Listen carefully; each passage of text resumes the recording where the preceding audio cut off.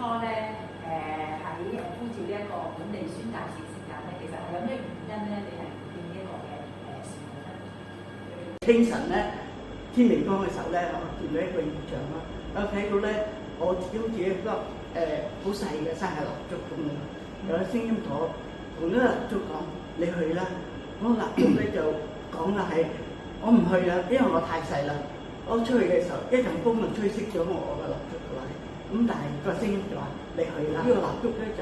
用強火咧點着晒我度嗰啲未點着嘅蠟燭，使到嗰笪地方咧發出咗好大嘅光芒。我就領受到原來神係呼召我去坑口嘅民歌去事工。想問下大家啦，你哋參加呢個本地宣教士嘅服侍，同你哋以前參與過嘅服侍有咩最大嘅唔同啊？星期三嗰個長者活動日咧，就可以即係接觸到長者，同埋即係知道佢哋嘅難處啊，同埋好多嘅問題。咁有時同佢哋玩遊戲咧，就嗰陣時咧就大家都好開心，就可能我自己仲開心過佢。最主要咧就係嗰個分別就係比較專注咗喺嗰個傳揚福音嗰度啦。未來嗰10年咧係，我都唔知會唔會做，係咪已經返咗天家啦？我唔知啊，因為我而家都70幾歲啦，係咪？咁啊，所以咧未來嗰10年啊，咁希望有新嘅人嚟加入啦，咁啊可以成全啦，咁我哋繼續會有個系統會好啲啦，傳承會好啲啦，希望咁。係啦，你大啊！而家都80㗎啦，咁啊唯有即係一路祈禱咯，睇天父點樣帶領咯，因為生有時死有時，咁啊變咗呢度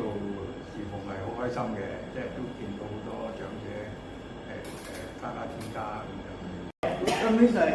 如果10年後我都80幾啦，可能要嚟中心嘅時候咧，我要撐下咁樣嚟到係，咁即係希望神咧差遣有新一批嘅弟兄姊妹嚟到侍奉咧，嚟到一代一代咁樣嚟到呢度去服侍呢度嘅街坊，使到咧神嘅福音喺度唔會斷咗啦。2017年受洗嘅加入教會嘅，都係因為小朋友嘅緣故而令到我咧去相信主耶穌嘅，喺呢段時間服侍都好開心嘅，都係感受到主嘅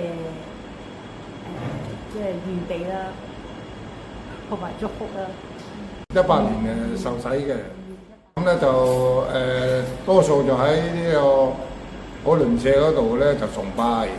咁感受到啲關懷同埋好開心嘅心情嘅呢度，等下能夠親近上帝啦，學佢嘅福音啦，接受佢福音啦，感受愛嘅存在。2025年參加咗普倫社受洗嘅，初嚟嗰陣時乜都唔識嘅，又成日對佢哋好有恒心，咁認識多啲，同埋未來10年有